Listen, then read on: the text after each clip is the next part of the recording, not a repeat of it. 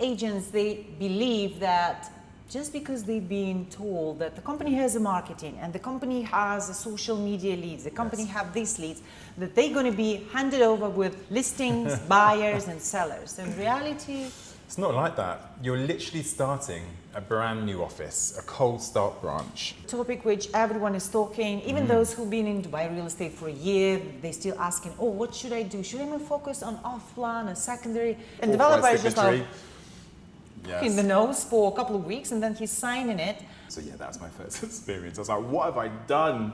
What have I done wrong? Yeah, where have I moved to? Right guys, we are back. Okay, I hope you missed us. So I am here with Olga. I think we all know who Olga is. Say hello. Just a blonde girl next to Ashley. Just a blonde girl next to Ashley. So we are literally giving you content after content. We've made a promise to people that we've been speaking to comments that we've been receiving from interviews and YouTube and Instagram, that people want to see more of us, okay? They want us to get down and dirty with all the facts, the realism from Dubai. That's real estate, that's living, that's everything combined into a few of these series that we're gonna do. And if you don't want us to get dirty or you don't actually requested us what to do, you can still subscribe to the channel and click notification button. So whenever the new video will come, you're just like, no, I'm not gonna watch this one. I'm gonna skip this one for sure. But I think they're gonna want to know the tea and everything that happens in Dubai, real estate and beyond. So today we're gonna talk about 5 important factors that you have to know before you move here and start building your career. So maybe you are someone who is, we're recording it middle of August 2025. Yeah. You may be someone who's already booked the ticket to land in September or October, and you got this whole life story in front of you with Dubai, and maybe we're gonna, chop some wood right now. We hope you still move though. Okay, so factor number 1. Let's talk about recruiters. Okay, it's always a burning topic when it comes to Dubai real estate, especially when it comes to recruitment and recruiters. Recruiters have targets. So when whomever you've been talking to already, or you will, gonna describe the beauty of the company, the job, the easy peasy, lots of marketing support, ongoing training and mentorship, and the best office with the best location. Understand, but they get what? Well, listen, they get commission, right? For you coming in. Right, so they're going to want, obviously they're going to want to be selling you a dream, but ultimately they're going to be wanting to get their numbers up. So very important to kind of keep that in mind, right? When you're speaking to these recruiters. I was kind of sold a dream. Yeah. I definitely was sold a dream. I wasn't really told everything about the good, the bad and the ugly when it comes to this job. Yes, I've been doing real estate back in the UK for 10 years, but coming to Dubai really opened my eyes, and I realized that it's completely different from what I was sold and what I was doing previously. If I'd done my due diligence, I might have just kind of got a bit of a glimpse of what I was letting myself into. So always do your homework. Don't rely on just what somebody's saying over the phone or on a virtual call.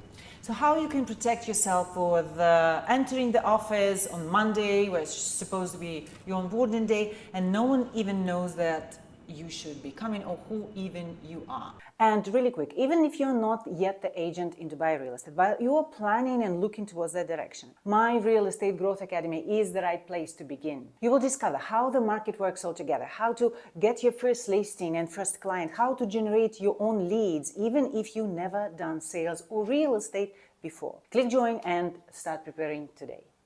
I would say rather than only talking with recruiters, try to get a face-to-face video call with your future manager. Yeah. And then stalk maybe someone who's already working in the company with a LinkedIn profile or Instagram, and try to kind of connect and chit-chat with them. Correct. I would be more certain that those type of connection will give you honest response. Honest. We do this. So we encourage anybody that's joining our company. There's kind of a few stages to our process. So you'll have an interview with the recruitment manager, then that will then go into your head of department. At that point, if you are accepted, then yes, you'll then be enrolled into our onboarding process. But then there's kind of a whole system in place right up until you join. So if you're moving from the UK, for example, Like today at 6:30, I'm jumping on the call with our September new starters. We got 10 or 11 new people joining in September. I'm jumping on the call with them today, 2 weeks before they arrive, just to go through the last bits of any questions, any anxieties. They've also had meetings with our brokers. They've met people already from our company. So it's really important for us to make sure that everybody feels comfortable and fully understands the culture and what they're walking into. I look at you, Ashley, and I feel like I want to be one of these new joiners of the call. I hope so. We definitely link down the description of this video, all the details, and who knows? You could be here with this lovely view in the background. Yeah, because we are in Ashley's office. Yeah, definitely. It's a lovely office. Prepare yourself with your personal context, sphere of influence before you actually arrive into Dubai. A lot of agents, they believe that just because they've been told that the company has a marketing and the company has a social media leads, the company have these leads, that they're going to be handed over with listings, buyers and sellers. In reality, it's not like that. You're literally starting a brand new office, a cold start branch. Okay, you've got no buyers, no tenants, no properties. You are building, your desk is your business. I always say it's like we're giving you a franchise of GTA properties, okay? Your franchise is in Dubai Marina. You are having to build up that franchise. We'll give you the tools, we'll pay for your marketing, we'll pay for all the bits that you need to do your job, hence why we take 50%, you get 50%, but essentially you are building the GTA brand in your community. So that kind of changes the narrative in people's minds when they think about, okay, I'm opening a new company, you know? So that's kind of how I always explain it. And if you say, or if you think about it, you say, oh, but I am not even ever working in real estate, or I don't know anyone in Dubai, you definitely do know a lot of people from back home. You have your friends and family members. Correct. Just at least list all of the people you've ever been in touch with on the Excel file and potentially get in touch with them at a certain point with, as I say, launch your career path. Instead of, oh, do you need to buy or sell real estate in Dubai? Just inform them, hey, that's what I'm doing right now. Yes. Expect me to be able to update you with X, Y, Z, and ABC, like for example, tax-free income. Tell me more. Tell me more about that. And then slowly, when you're already here, you're learning, you're basically expanding and teaching your network about Dubai. So true. I think that's what people forget. The most important thing is their network is their net worth. Start with that, then build from there. People forget to go to the people they know. So now we're moving to the topic which everyone is talking, even those who've been in Dubai real estate for a year, they're still asking, oh, what should I do? Should I focus on off-plan or secondary? And should we talk about Matt? Your good friend. Yes. Who's been just secondary, off-plan, villas, Matt's been JBR. around.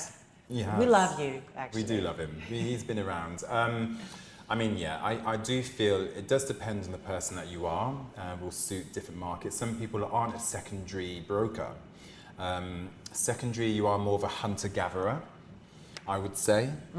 Off-plan, it's more, I feel, more reactive in some aspects because you're not having to go out actively and hunt and gather and find properties, but you're more kind of waiting for leads. Yes, you've got to use your network to get deals as well, but in most cases you're kind of waiting for leads. Waiting for leads. So really Which is not a strategy. It's not a strategy. So it really depends. I feel like when people say, I want to go into off-plan because I don't want to make calls, I'm like,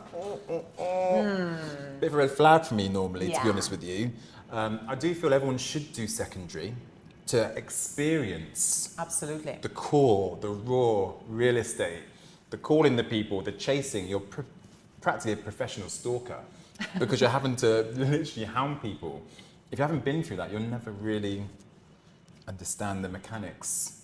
And you will, even working with the off-plan where they're expected that the company is going to hand you the leads which are ready to buy, but the reality is a little bit different. Yes. Those people are not looking to purchase anything, they just clicked on the ad. Want more information?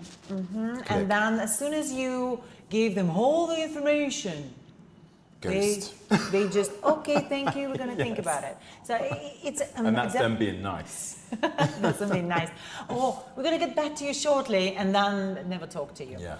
So regardlessly of what you're choosing, you have to understand that there is no easy way That even if the company is giving leads, still got to nurture those leads and chase and follow up constantly. Months it can take you. Sometimes it can take 6 months to get a lead converted and off plan. So yes, you might be waiting and then for 6 leads. months to pay commission. 6 months. No, it's true though. It's true. Yeah. It really is, and people don't think about that. So you have to take all this into consideration: your financial situation, and obviously kind of the day-to-day mechanics of the job itself. Just I think it's going to be useful here to explain.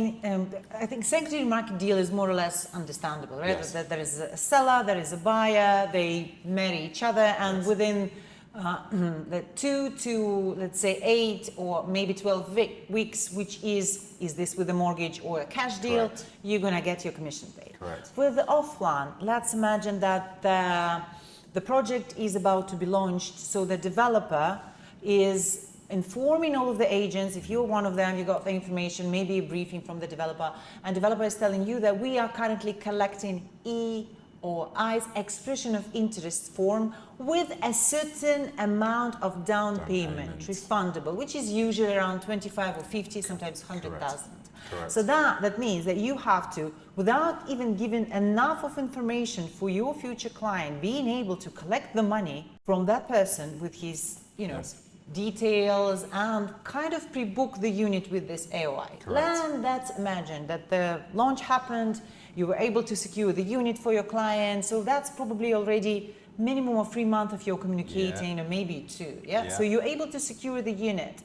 Then your client sign the booking form and pay 10% deposit. Yes. Right? Yes. Then the developer can delay the signing of sales purchase agreement SPA for months. Ages. For whatever reason, but you are not paid commission yet. That's why I'm telling you. So you just kind of months, another month, the third, fourth, maybe after, let's say, because there is a payment plan, there is a first initial payment 10%, and there is the second payment, which is 10%, which is connected to the signing of SPA, sales purchase agreement, and paying 4% deal registration fee for the buyer land department. This is the jingle bells time when you supposedly got the commission release. But the interesting thing with a sales purchase agreement in the off-plan, it has to be signed physically, meaning it travels first to the outside buyer, because he's not in Dubai, most probably. Then it travels back, and then it goes to the developer, and even the developer is just like in the nose for a couple of weeks, and then he's signing it. And after that, they will expect your company to issue them a commission invoice, and then still they have 60 or 90 days to pay. So that's why when we are saying that it's a longer period of time, it's not like we're overselling you secondary, we're just being open and honest. Being honest, because you have to take this into consideration, because again, finances, savings will only last so long if you're paying for a rent, car, food, all these sorts of things. Or you would have to sustain yourself for maybe 6 months, maybe longer. The survival stage in Dubai. Survival. That's a tough one. And even if you came here with, let's say, some sort of financial leverage, if you haven't blown away all of it in the first couple of months, if you came like us with quite a modest budget, because I mean, it's a normal area. You don't want to sell like completely everything and just move to a new country without any kind of, with bridges burned. Safety blanket, So we were just sharing in, we just been sharing that both of us were living in a sharing in the same building, At some point, it's same building. Exactly. Might be in the same kind of time. Who knows? Who knows? Yes, we're not going to disclose it. No. But anyway, when you're coming, most of the time you can get some short-term rentals. Probably a studio, probably Jumeirah Village Circle, because it's so many of them, with a price of, let's say, 5,000 to 7,000 dirhams, which is what, 1,000, a little bit more than 1,000 pounds. And then most probably you will move to something smaller. So we started with a sharing accommodation. That means that I was having a bedroom in 3-bedroom apartment. Same. With a shared bathroom, by the way. Correct. So there was a couple of bathrooms in our one, but I have my own bathroom, but then a couple of people were sharing a bathroom, the main bathroom they would share, but then a couple of bedrooms had their own bathroom as well, so it's a bit of a mixture.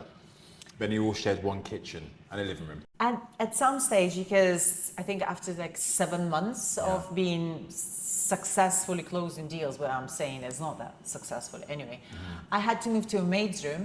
Yeah. Which, you know, the maid's room has no windows, No, but it does have its own bathroom, which is basically a shower goes directly above your toilet. So it's some sort of that type of thing. It's like a wet room kind of thing. Yeah, and you just have like a small bed, the smallest possible bed like this, and then your luggage bag is probably under the bed. There is no wardrobe, by the way. No wardrobe. That's tiny. So I think that there is an interesting story you start telling me right before we start filming about like your... My first experience of Dubai. So I was renting in this building, said building. I had the maid's room and I was sharing with a few people. Not the maid's room though. Not the maid's room. I had You the maid's cannot room. share it. Oh Like, my, thank God. But the people I was living with... It's basically a wardrobe. It literally was a walk-in wardrobe with a bed. The people I was sharing with, a couple of them were, let's say, ladies of the night. Can I say that? Can I say what they actually were? Were they starting their career as well? That's why they were in sharing. I have no idea. Okay. I don't know how long they've been in Dubai for, but let's say they were ladies of the night. Hopefully you can draw your own conclusion. And they would bring certain guests home most evenings, so there's a lot of noise going on in our apartment. Were there several ladies? I mean, I'm so sorry, I'm going in details. I don't know. There was two, and they shared the master bedroom. Okay. Yeah. And they would entertain people in the living room at all times of day and night, and then whatever else would happen. One morning, after very little sleep, because I've been kept up with all the noise, I went to the kitchen to go and get my breakfast from the fridge. Lo and behold, one of these ladies was passed out on the kitchen floor. Okay. Naked, with no clothes on, and all the food from the fridge was on the floor. So she had literally been eating all our food. There's another guy, two guys that lived in our apartment as well, and they ate all our food basically and passed out the floor. Oh my God. I left very much swiftly after that. I was like, I cannot take any more of this. And that's my last experience of sharing a property. I think that this is an important experience you have to go through. You have to go through that. I mean, I appreciated everything so much more. you loved your first property so Yes. much. I was like, no ladies of the night. Yeah, so get used to be uncomfortable for the first, God knows, hopefully 1 year. First year in Dubai is probably the hardest because you're adjusting to a new country, a new job, everything else in between. So they always say the first year in real estate and in Dubai is the hardest. If you get through that, then you're halfway there. So don't give up, carry on. It's pretty normal. If you want to end up with a luxury office on the top of Burj Khalifa, Oh, Burj Khalifa. Okay, overlooking the palm with Atlantis Royale, and you cannot see that, but it's just there, and old Atlantis view. This is the price you have to pay. It so is, honestly. 11 years later, here we are. Any other funny stories? Have they shared their income? They've been... I have no idea what income they were on, but they were very busy. Oh. Yeah, they were very busy every night. What was the price tag? I have no idea. I didn't take the time to know. I didn't even know if they spoke English, to be honest with you. I didn't. Oh. Yeah, all I know is they'd come home every night and kick the door because they forget the key, so we have to let them in every night. So yeah, that's my first experience. I was like, what have I done? What have I done wrong? Yeah, where have I moved to? But looking back now, I'm glad it happened because it forced me to change my situation and work that bit harder. So, if you have a funny story to share, you can like and comment underneath this video, and maybe we're going to invite you even to talk to us. I love that. Yeah, come tell us in person, right? See you in the next one. Take care.